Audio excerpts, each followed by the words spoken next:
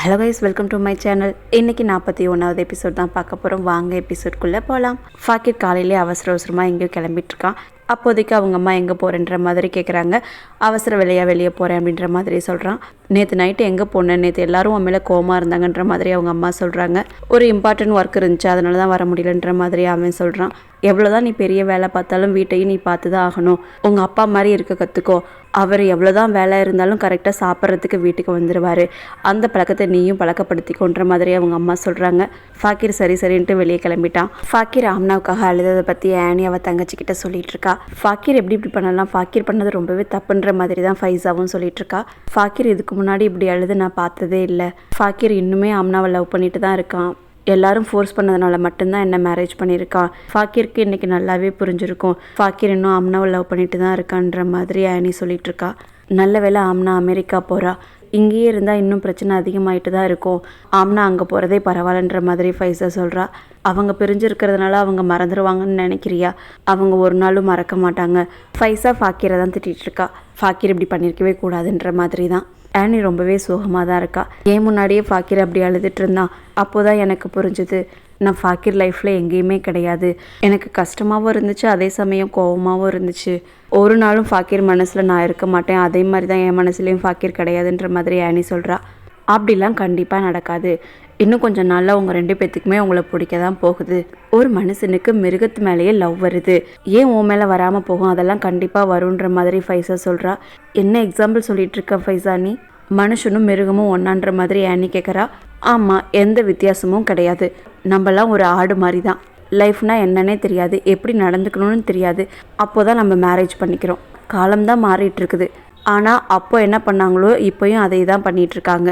அவங்க எங்கே போக சொல்கிறாங்களோ அங்கே தான் நம்ம போகிறோன்ற மாதிரி ஃபைஸா சொல்லிகிட்ருக்கா. இவங்க 2 பேருமே வாழ்க்கை இப்படி போயிட்டுருக்குன்ற மாதிரி சோகத்தில் தான் பேசிகிட்டு இருக்காங்க.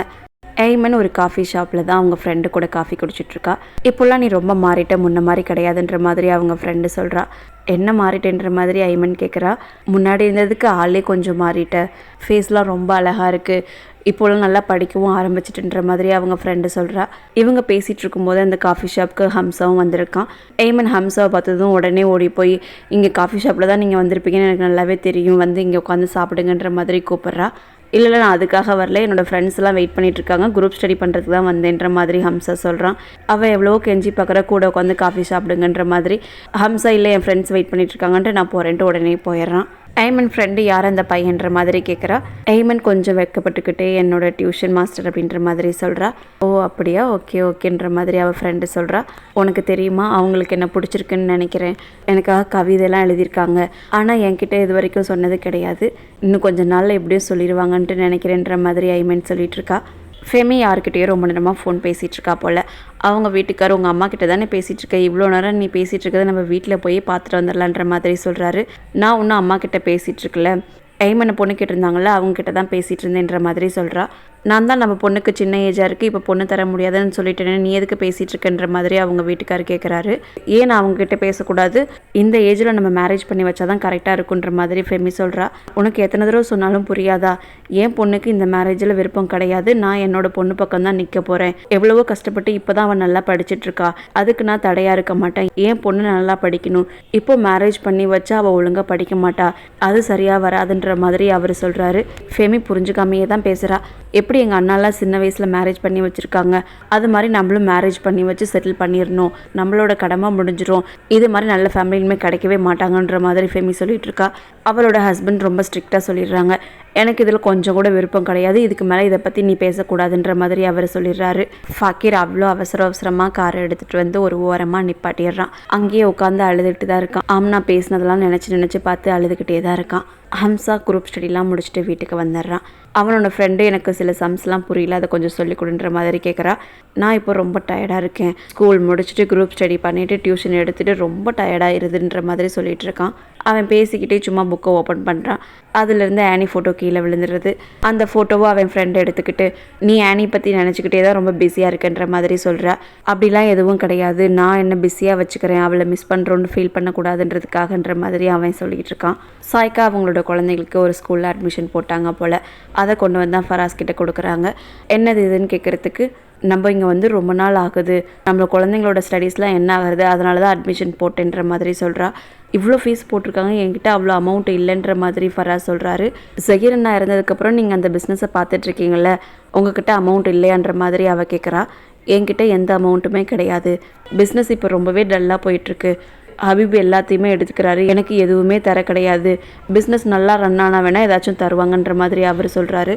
நீங்கள் தான் ஏதாச்சும் பண்ணணும், இப்படியே இருந்தால் எப்படி, நான் அட்மிஷன் போட்டேன் அப்படின்ற மாதிரி சாய்க்கா சொல்கிறா. சாய்க்கா, உனக்கு சொன்னால் புரிய மாட்டேங்குது, நான் ஹபீப் கிட்ட 1000 தடவை கேட்டுட்டேன், அவர் எனக்கு கொஞ்சம் கூட மணி தரதா கிடையாதுன்ற மாதிரி அவர் சொல்லிட்டு இருக்காரு. அப்போது நீங்கள் தான் ஏதாச்சும் பண்ணணும், ஒருத்தவங்களை நம்பியே ஏன் இருக்கீங்க அப்படின்ற மாதிரி சாய்க்கா கேட்குறா. நீ தான் ஆல்ரெடி சொல்லியிருந்த இந்த பிஸ்னஸில் தான் நீங்கள் கண்டிப்பாக இருக்கணும்ன்ட்டு, இப்போ அவரை நம்பி இருக்கக்கூடாதுன்னு சொல்கிறேன், இப்போ நான் என்ன தான் பண்ணுறதுன்ற மாதிரி ஃபராஸ் கேட்குறாரு. இங்கே இருந்தால் டெய்லியும் நம்மளால் சாப்பிட முடியுது, அது மட்டும் நமக்கு பத்தாது இல்லை, மற்ற வேலைகளும் இருக்குல்ல, இந்த பிஸ்னஸில் எதுவும் கிடைக்காதுன்னு தெரிஞ்சு போச்சு, நீங்கள் வேறு ஏதாச்சும் பண்ணுங்க அப்படின்ற மாதிரி சாய்க்கா சொல்கிறா. பிஸ்னஸ் பண்ணுறதுக்கும் அமௌண்ட் வேணும், அது இருந்திருந்தால் நான் எப்போவோ பிஸ்னஸ் ஸ்டார்ட் பண்ணியிருப்பேன்ற மாதிரி ஃபராஸ் சொல்கிறாரு. சரி, நான் அம்மா கிட்ட கேட்டு பார்க்குறேன், அம்மா ஹபீப் கிட்ட கேட்டு வாங்கி கொடுப்பாங்கன்ற மாதிரி சாய்க்கா சொல்லிடுறா.